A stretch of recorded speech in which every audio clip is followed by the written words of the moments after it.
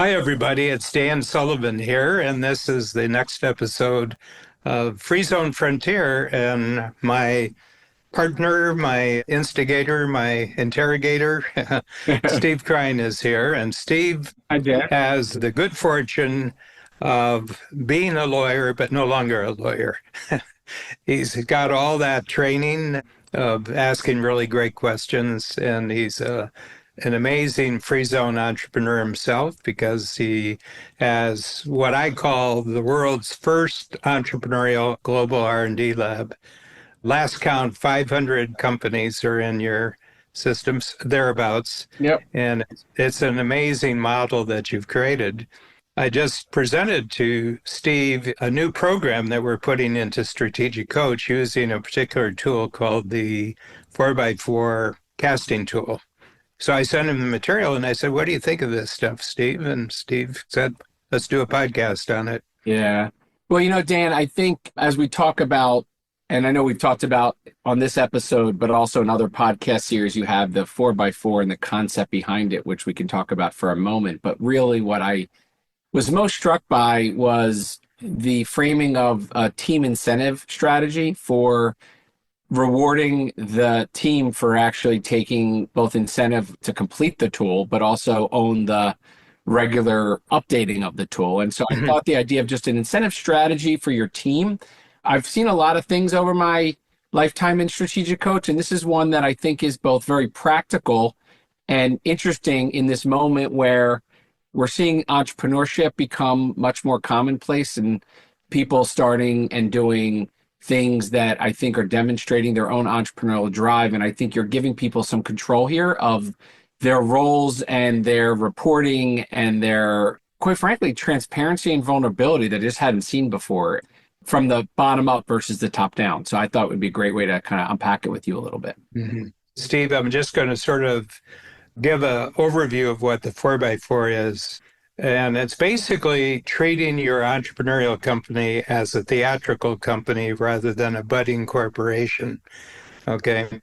And what we're contrasting, and this is really the topic of one of our new major books, which is called Casting, Not Writing, which I'm writing with Jeff Madoff, who is a great friend, and he's a theater producer. He's a playwright. We have another podcast with Jeff, which is anything and everything. But we've been investors in a great play that Jeff created, which is going to London now in the UK.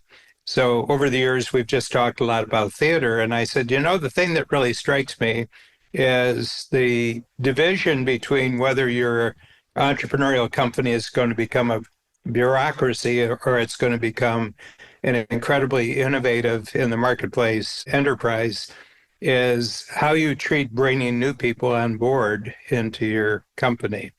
So about 10 years ago, I created a tool which was called the 4x4, where it's not a job description, it's not a technical job description, but it tells people how you expect them to show up when they show up, how they show progress in terms of getting things done, and then how they can be a hero to you if they choose to be, and then basically how they can drive you crazy.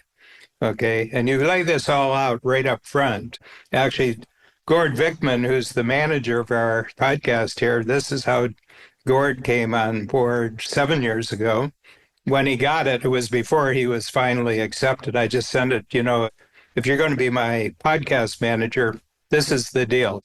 And I haven't added one thing to it over the last 7 years because as soon as Gord had it, he took ownership of his own profile, his own role in the company. I don't think we've had a single meeting that was like a performance review. It's just he keeps updating this 4x4. Then we have conversations and he'll adjust it and everything else. So that's the background for how we're going to apply this system wide in Strategic Coach. Yeah, I think for those listening and haven't seen the 4x4, the idea of the four buckets of really being a better performer and what it's going to take to give your best performance, your biggest results, and what it takes to get your best results, being a hero, which I think is a really unique. The other two are kind of like, you'd see in a lot of job descriptions. What you wouldn't really see is what it's going to really mean for you to be the hero to me or to the company over the next 12 months or 6 months. And then I've always loved the what drives me crazy kind of framing, which is a really unique way of saying, as long as you don't hit these 3 or 4 things, we're going to be good. But more interesting to me is the fact that you flip it and give it to the team, not to look at yours alone, but to actually do theirs. So can you talk about that additional dimension versus being the entrepreneur, filling it out and giving it to somebody versus giving it to them and having them fill it out for themselves? Yeah, there's a transition. So we experimented in just about 3 or 4 months with the entire team worldwide. So we're in 3 countries and we have about 120 team members in the company right now. And I just wanted to test it because a lot of them, been in the company for a long time. But when new people come in, the person who's doing the hiring, and that would include a team leader, and then we've got a team that really brings people on board. We actually put this out to them. We want you to know what it's going to be like on the first day when you join us, and they get this. So we're doing it for them. Okay. But what we're seeing is how quickly we can flip it where they simply keep updating their role and keep adding new dimensions to their role. We have a goal that entrepreneurial companies should be self-managing, which means that every team member is actually managing their constant growth and upward movement in the company. So I wanted to see that, and I tested that 3 or 4 months ago. And now we're ready to do it every quarter and to have an incentive plan that actually rewards them for doing it. Can we use that as a jumping off point? Yeah. Why? Why do you need it? What happens without it? And just to contrast it, like, what does the world look like where your team has no incentive to do this other than your own process and interest? Yeah. Well, I think the big thing is that, first of all, something major has happened in the world over the last 5 years, and that was COVID and people going remote. Okay. The big thing is, in the last 5 years, we had, of course, the COVID event, which was practically 3 years, where everybody probably went completely remote for at least a year of it. And then we've gotten back to the point where it's mostly half and half. They might be in the company half the time. Some companies are completely virtual forever. So the question is, when they're remote physically, you have to do something, double down on making them feel connected all the time. And the way we said, I don't think a job description will do that. I don't think a job description has the ability to do that because it's basically impersonal and it's technical. Mm-hmm. They're simply saying, this is the job, these are the activities, but it doesn't really say anything about the working relationship that people have. So that's my main reason for doing that. If you were to benchmark the completion rate when there was no incentive, what would you say the benchmark that you're trying to increase from or multiply from is right now? Just generally speaking, as it relates to asking people on the team to fill it out. Yeah, I think the big thing is that they're not just doing what they've been instructed to do, that they're going beyond, and they're doing it for their own reasons, that they're growing in not their job, they're growing in their role. Okay, because the job says, if you show up every day and you sort of do this stuff, then it's good. But Steve, and I know that we want things to grow. And if they're not aware of how we want things to grow, then we get irritated. You and I get irritated. If the person isn't picking up on signals from their environment, they're not doing it. And we get unhappy. And partially that's okay because our job in the company is to push things forward. But it's not okay if we're sending messages to the person, I'm really unhappy with you, but I'm not going to tell you why I'm unhappy with you. Yeah. So they go into guessing mode, they go into defense mode. And there's one thing I know, people who are playing defense cannot create. Yep. Complain or create, you can't do both at the same time. So the framework of the incentive structure is, how are you thinking about this for V1? And I'm assuming this is V1 of you. You've never incentivized the team before with a completion of a tool or any achievement, and then there's a result of monetary compensation. This is the first time we've done it. I mean, it's a fairly straightforward tool. It's a little bit daunting when you first do it. We wanted to check out for 3 or 4 months. And Some of them have their sheet printed out and they have it right in front of them at their home and they're looking at it every day. So we know that I would say probably half the team is relating to this role description that they've done for themselves, and they've had to coordinate with their team leader that the things that they're working on and want to be a hero at really relate to the team agenda and it relates to the company agenda. So we've had about 3 or 4 months to check that out, and it's 50%. It's pretty good, 50% are completing it without any incentive. Yeah. Just the quest of doing. Okay. So that's the benchmark.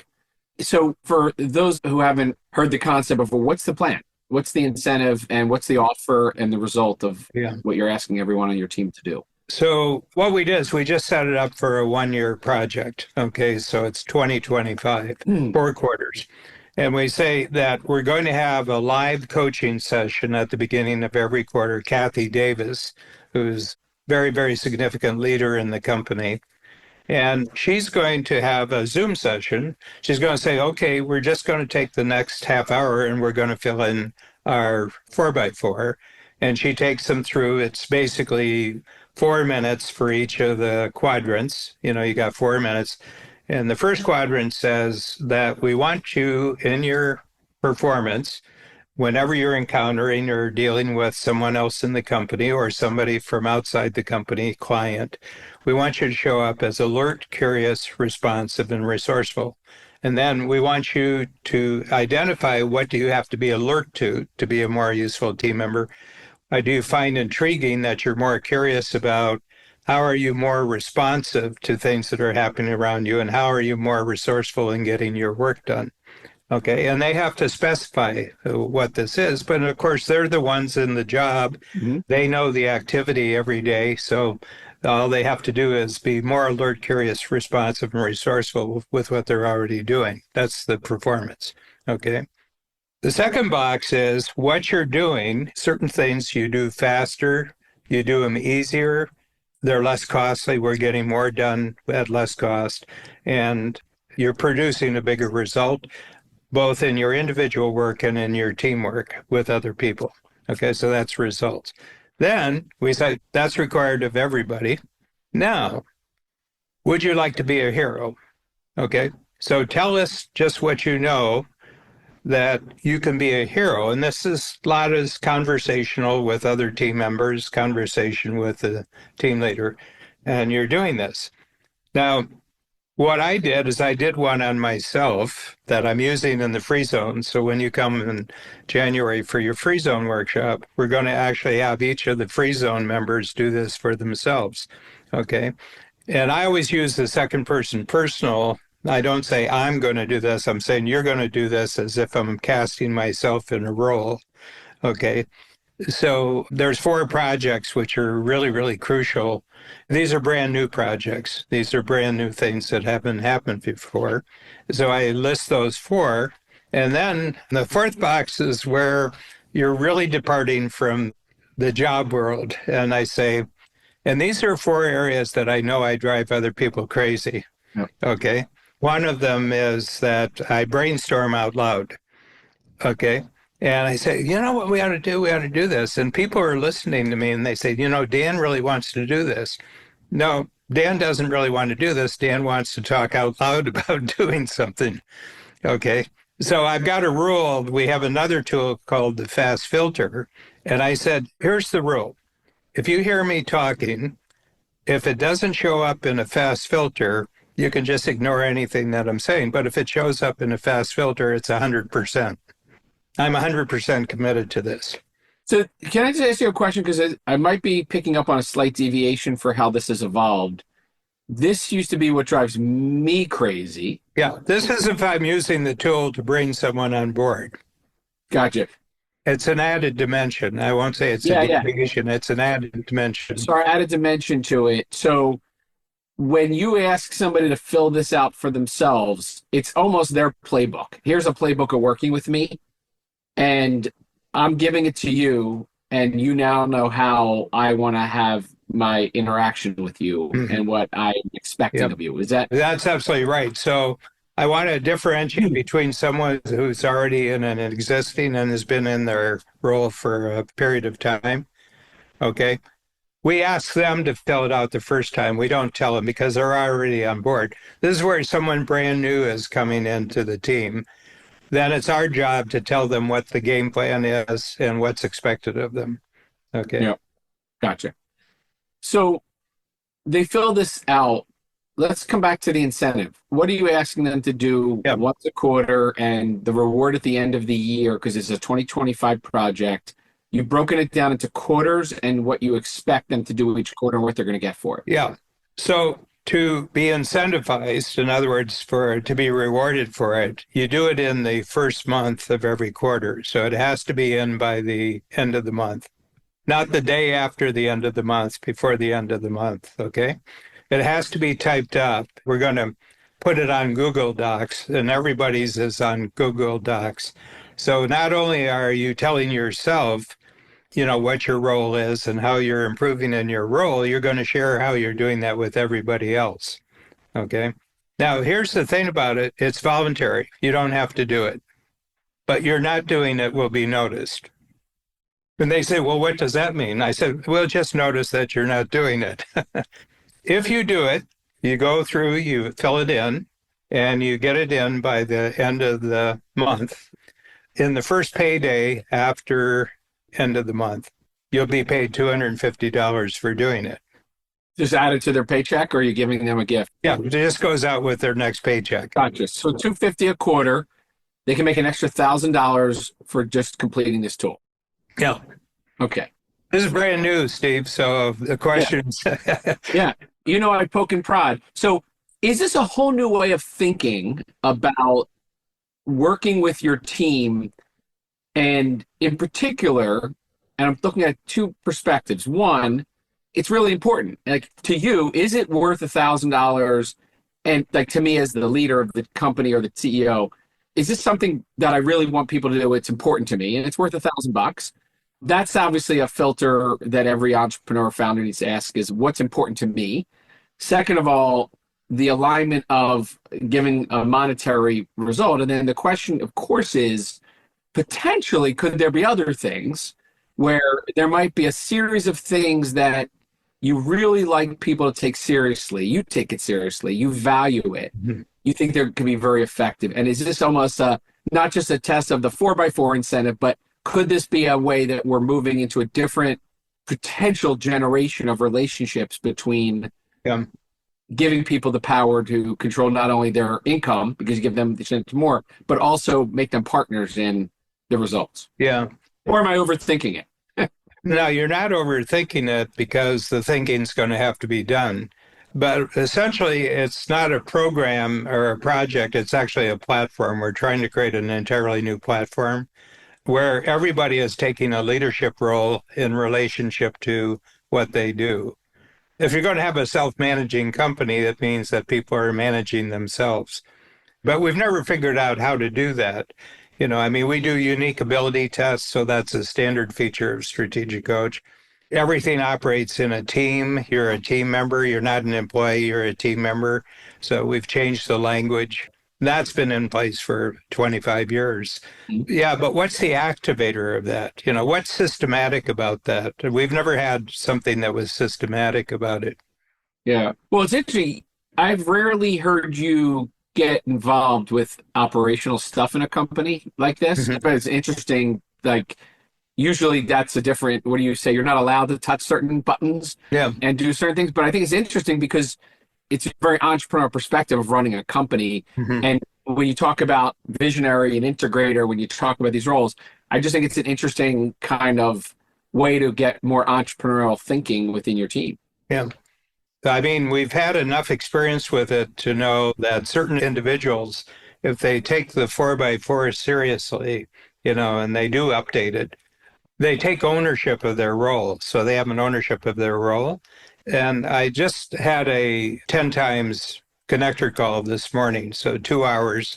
And I took all the entrepreneurs through their 4x4, and they were really struck by it, that they're a hero to their own company.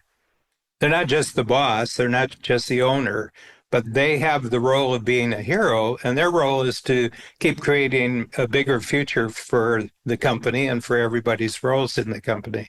And it was very striking. The company said, I've never seen myself in this role. And I said, no, but everybody else sees you in this role.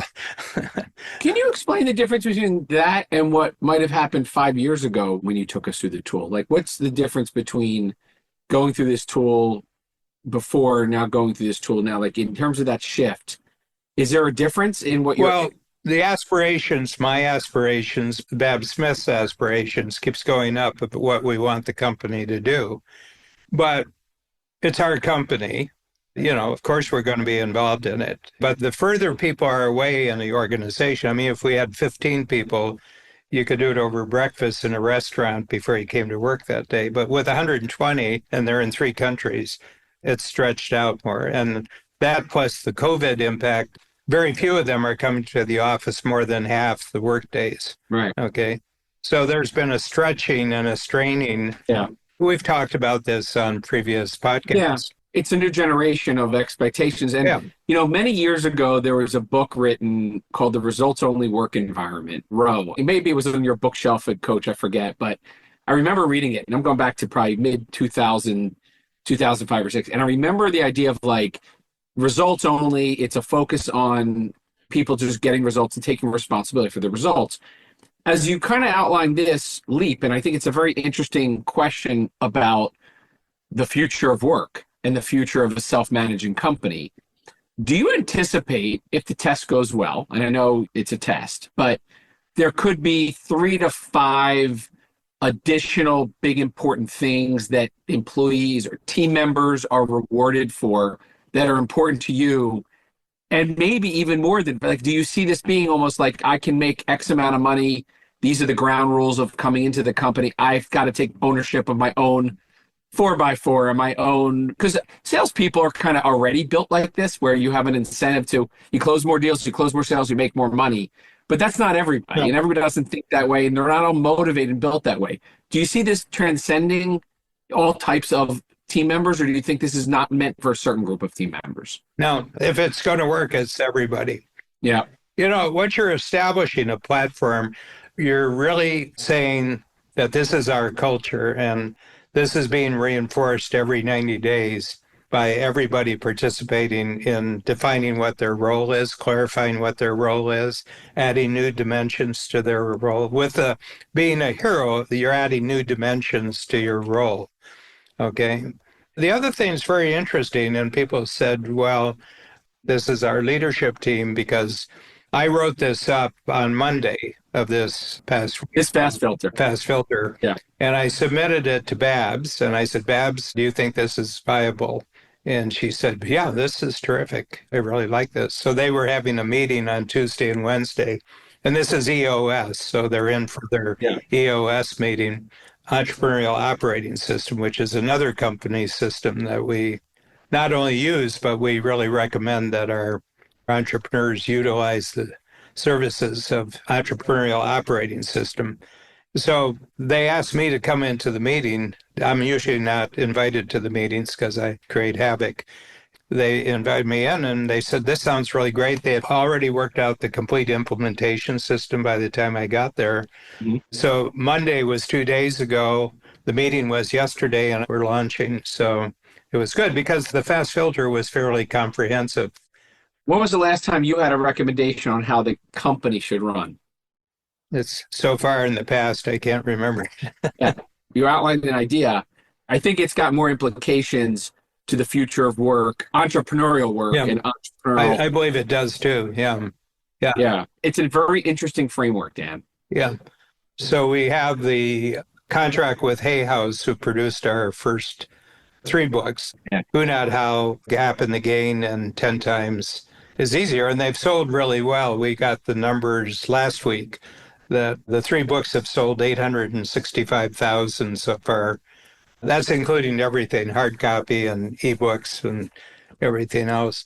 So they've been asking us now for about the last year, is there another book coming? So we created the book as a one of our quarterly books, and we just sent it to them, and they loved it. They came right back and they The said, casting, not hiring, or casting, not hiring. yep.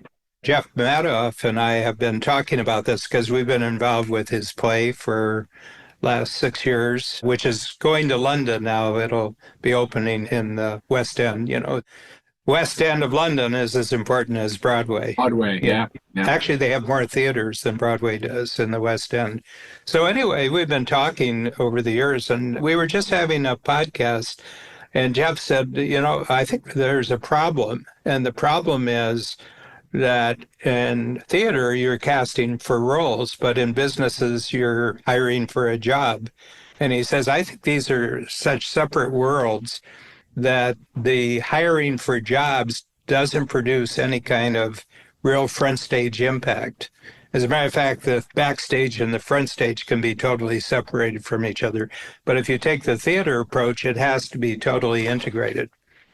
So we have the outline of the book, and it's really interesting because we're going to have Jeff sort of at the front. He's going to kind of explain, because he's both an entrepreneur and in theater, he's going to explain, what a theatrical enterprise really is for entrepreneurs, and then what kind of economy is growing up.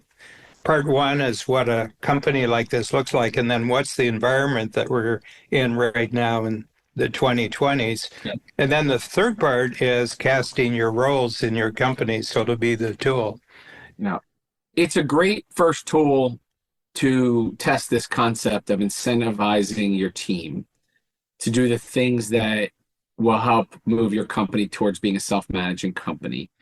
If you were thinking of another tool for next week, because I know you do them weekly now, how might you think about the lens of not the tool of a 4x4, but the tool to think through the execution of this idea? Yeah. So put the 4x4 as that's what the incentive is going to be for, but what's the overlay to think about incentivizing your team to do things that are important, that helps move it to self-managing, that gives them the control, and all those things you just mentioned? Is there one in your mind yet, or have you? You're asking a great question, Steve, because my feeling is that this platform will now generate all sorts of requirements as you go forward. Like you do it the first quarter and you say, hey, we could have another tool that sort of supports this, but I don't know what it is yet. Yeah. I mean, we have some standard tools like fast filters, like impact filters, certainty on uncertainty and everything else.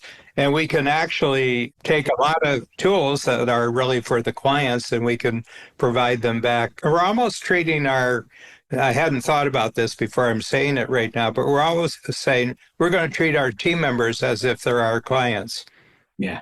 Now that you say it like that, that's where I was going. Like there's something bigger in this. But I don't want to get too, a Canadian term, don't get too far ahead of your skis, But I'm really intrigued, and we're going to report on it today. I gave 58 people, these are 10 times clients, some free zoners, but 10 times. And I gave them the fast filter, and they said, wow, this is how you set up projects in your own company? I said, yeah, this is how we set up things. Well, if you go back to probably 2004, 2005, you had a tool around intellectual property developer, and it was like the 8 teams of strategic coach, and it was like the writing team, the design team, this team, and you kind of outlined it. And I remember you sharing it one day, and it was like, oh, that's how you set up it. Like you gave people a blueprint for like, okay, here's how you set up an intellectual capital company, how to think about the 8 teams that, by the way, I don't know how many teams you have now, but you had at that moment, you were outlining the 8 teams that create the tools, that design the tools, that run the workshops, that do all those things. I almost feel like you're doing the same thing here. It's just like, I'm giving you another way to think about how to structure your company. And I do think the really interesting thing is the new post-COVID workforce, entrepreneurial collaboration. I think self-managing, I think all these things are very interesting to weave together, but I think there's something bigger here than just incentivizing for a 4x4. And it's interesting as I think about in this moment where everybody's recalibrating for the new year, like, hey, what's our plan for 2025? And you do your new VTO and, in EOS, and you roll out your Q1 rocks. I think it's really interesting to think about even if you don't do it, what else would fall into the category Yeah. of, if I could pay my team to do this, it would not only get great results, but it would show the importance of what Yeah. one, two, or three other things are that really move the company towards self-managing and towards results that you're looking for. Yeah. Yeah. First of all, I'm very gratified with your vision for this. I'm very, very pleased because I'm kind of in it, I'm kind of doing it, but you're looking at it from my report and you're seeing all sorts of other things. For example, if you looked at Startup Health, if all 500 of the owners, it's probably more than 500 owners. Yeah. Yeah, it's maybe average two per company. And they all did the 4x4. They did the 4x4. It'd be an interesting test. Yeah. What is their role? And then who do they have around them? So it might be very contagious what we're doing here. Yes, and by the way, I took an improv class this summer, the yes and technique. Yes, that's great. Yeah, I did it with my daughter, by the way. We took it. It was Second City? No, we did Magnet Theater here in New York. There's Magnet Theaters, one of the big ones. But we took a 10-week course every Wednesday. It was a great activity. We did Second City in Toronto. You did an improv? Oh, it's a wonderful, get you out of your head kind of. Yes, and. Yes, and. So coming back, yes, and 4x4, while I am excited about that, and I think it's got practical application, I really think there's something about aligning it with the incentive to not make it another thing you're bringing back to your team to have them do. We've long discussed when you come back from a strategic coach workshop, the team grunting about, oh God, what did he or she learn that she's going to ask us to do? And in the healthcare industry, one of the biggest challenges entrepreneurs have in startups is getting adoption of their ideas inside of hospitals and inside of clinical practices, where the nurses, the PAs, the doctors roll their eyes and go, oh, another tool, another thing that's supposed to make me more efficient, but what am I doing about the other 90 things I do?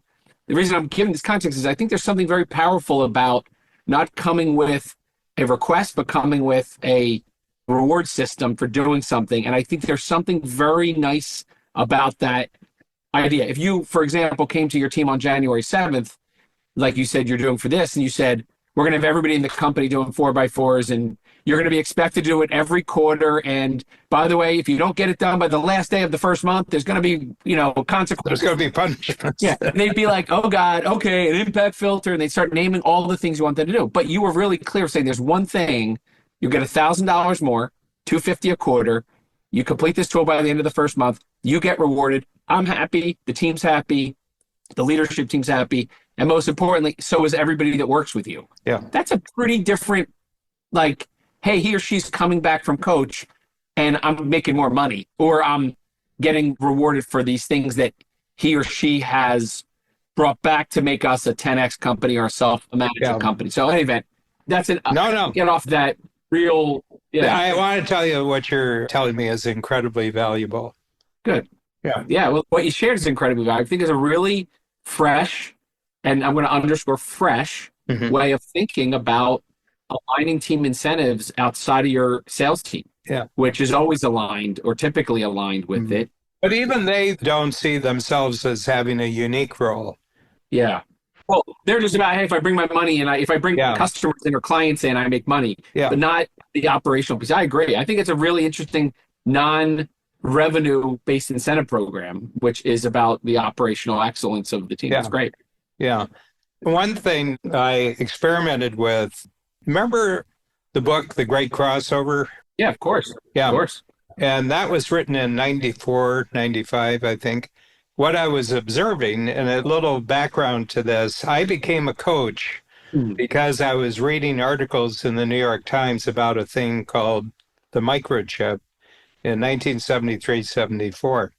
I don't know who the technology writer was for the Times, but he had some very, very prescient columns. The word microchip had been around for 15 years, but it was mostly inside the technology community. It wasn't a public word because it was called integrated circuits when Gordon Moore established his progression of 3 data points of how this thing called an integrated circuit seemed to double in power every 2 years, every 18 months, 2 years, and then the cost of computing went down by half. So it was a 4 times return. That captured the technology world's attention, but the public wasn't really aware of this at all. So that his article was in 1965. And he said, I wonder if we keep improving these integrated circuits, you're going to see that constant increase of productivity. And so by the early 70s, he had had more data points and it was starting to become obvious. He never agreed that it was a law. He said it wasn't a law, but he says, I think it helps focus human aspiration. I think we've got a structure here. It's been steady. I mean, it's been pretty straightforward for 60 years, what he's talking about. So I got a hold of this, and I was still at the ad agency. I was still a copywriter at an ad agency. And I was reading this and I said, all hell's going to break loose. I was reading these articles. I think we're in for like a Gutenberg type revolution here, or Edison, electrifying cities. I said, I think this changes everything. But his two main things, he said, large organizations, which are pyramidal with many layers of management, are going to have a hard time dealing with this new invention because it's an invention that can be applied to almost any other existing invention, speeding it up, making it much more productive. But microchips can be used to make greater microchips. I hope the kids listening are realizing that the description that you're outlining right now seems very similar to what's going on right now. Yeah. So I predicted there was going to be a 50-year period. We were at 94, so we were already 20 years into this. And I predicted that between 75 and 25, so 1975 to 2025, I said, I think the whole world's going to get turned on its head. And it's going to be driven by entrepreneurs, not by large corporations. I mean, 75 entrepreneurs were marginal creatures. They were sort of unemployable, marginal creatures. Yep. Okay, and then when the personal computer came along, that changed things dramatically. And then software came along, that changed. And then the internet came along, that changed things. And then it went mobile, with the cell phone. And then social media became a crucial thing. Now AI. So you've probably got 6 multipliers that have happened. And here we are, 2025. And everything has changed dramatically. But I think it's interesting, of all the different multipliers, I think the one you're describing and this one, the internet, mobile, all these different ones are multipliers. This one's a little either bigger than or as big as the biggest of them in terms of the democratization of roles and responsibilities. And I know you know this because of the who, not how framework, but who no longer means even a person. Mm-hmm. There are now agents and companies building replacement people for organizations that no longer make this about delegating to only people. Mm-hmm. So I think it's a really interesting kind of framing. And so the role of the team member is changing because they're able to delegate a lot more to technology, as you were describing. And so I think it's really interesting to give the power of their role to the individuals on the team and then incentivizing them. And I'm really excited about over the next 12 months, not only seeing the results.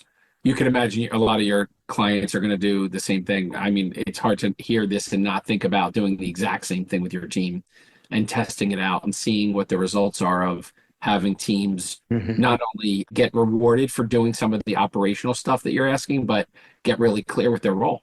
Yeah. I got 2 aims here. One is that it works for Strategic Coach, and that works for all the entrepreneurs in Strategic Coach. Yeah. It was very interesting. I was at Genius Network, one of the 100Ks. Babs and I are in the 100K. And there was a early investor in the technology world there, a really great guy. And I gave him a copy of our small version of Casting Not Hiring. And he says, wow, that's a really interesting idea, Casting Not Hiring. But he has about 25 companies that he's invested in. They're all startups. He said, are you developing this further? And I said, yeah, I'm developing it further. He says, you tell me, and I'm going to get this out to every one of my startup companies right away. He said, I'm going to get this whole thing out to it. He says, this is the biggest problem we have, that these people are very inventive in terms of some sort of technology, but they're not inventive in how they organize themselves around actually developing that. He says they're still using 50-year-old ideas for putting it together. Yeah. So my sense is that, I feel my way with this. It's funny because you just talked about some people not even know how to set up and engage with their team. One of the things that's unique to our community is a lot of academic founders who come out of university, who come out of clinical practice, who come out of the world where it does not operate at all like the world they know. And there's intimidation about the way the entrepreneur world works and startups work. Yeah. Unlike somebody who comes from a big corporation into a startup, it's very difficult.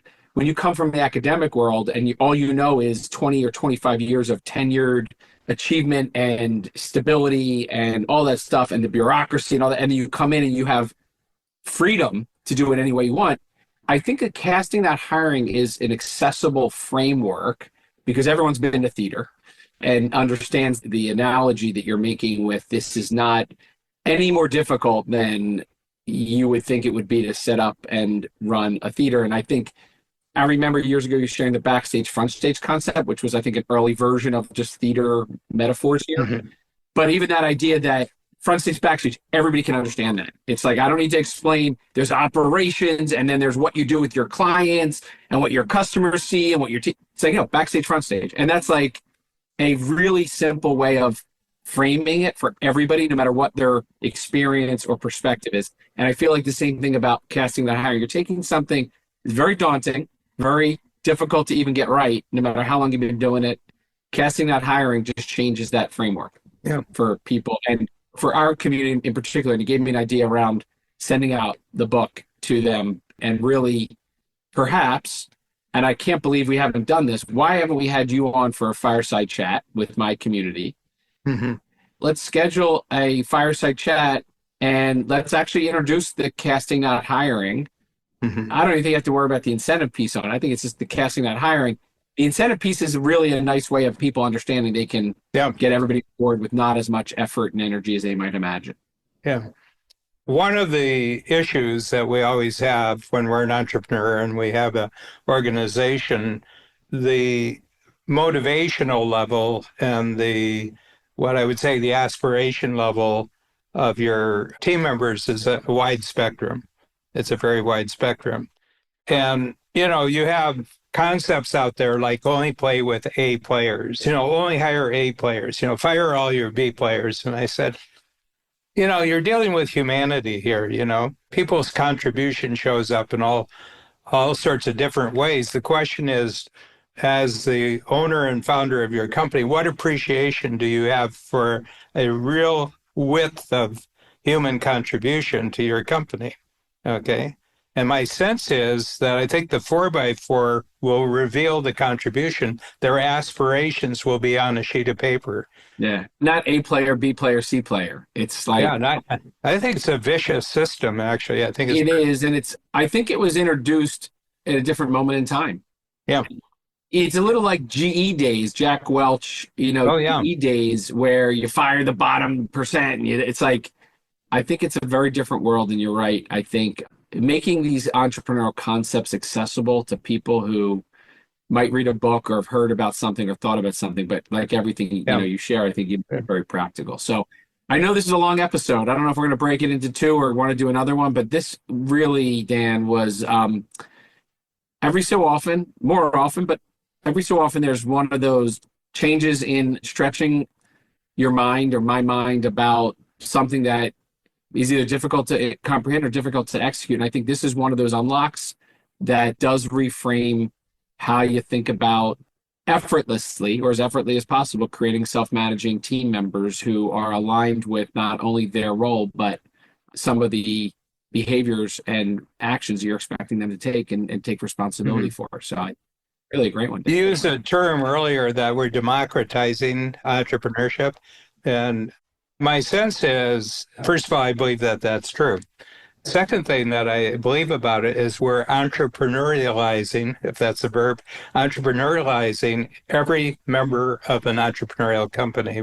We're bringing what happens between the entrepreneur and maybe a select few in the company in regard to the marketplace, and we're bringing it backstage. We're bringing entrepreneurializing backstage.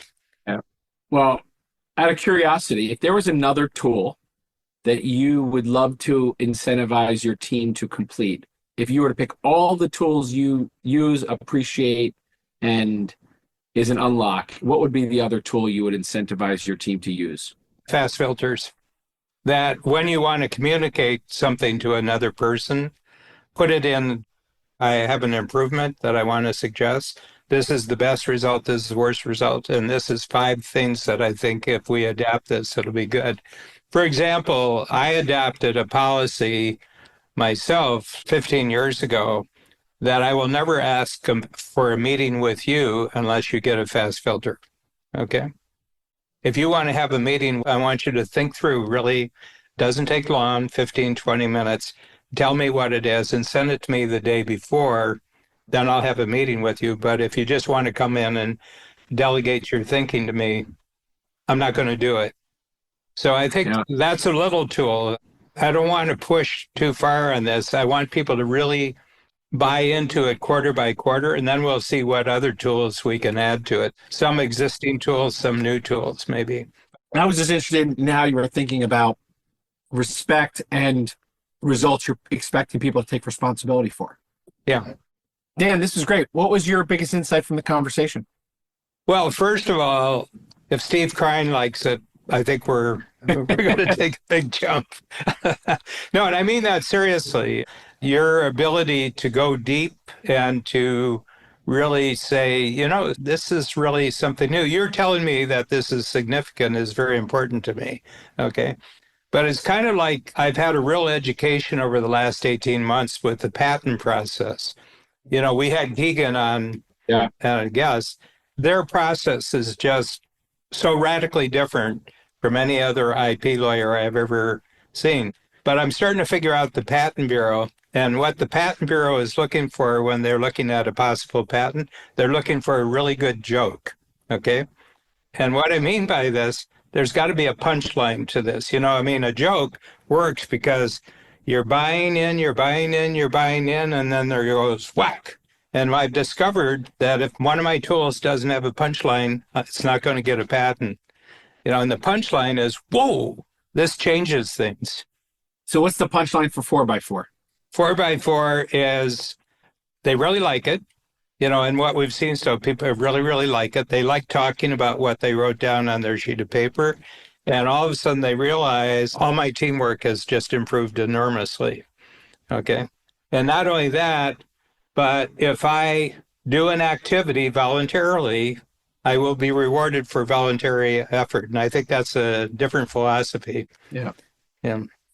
Excellent. Well, as I shared, but I'll rephrase or reframe, I think as you get older, Dan, and you live through many more cycles in the market and the different generations of entrepreneurs, you continue to bring the curiosity and the resourcefulness to the next generation's entrepreneurial challenges. And I think the idea that you're focusing on unlocking team friction or team alignment or team responsibility, pick any of those for the 4x4, I think is really fascinating. And I think the simplicity of it is actually almost maybe the beauty of it, which is just this concept was shared with Babs and your team on a Monday. And by Tuesday, they discussed it, came up with a strategy to execute it and have a date to launch it. Speaks of the simplicity of entrepreneurial operations that are over architected when they actually need to be the opposite, which is simplified to make them accessible. So I think you did a fantastic job with this one. Thank you. All right. Always enjoy my conversations with you, Dan. Thank you, Steve.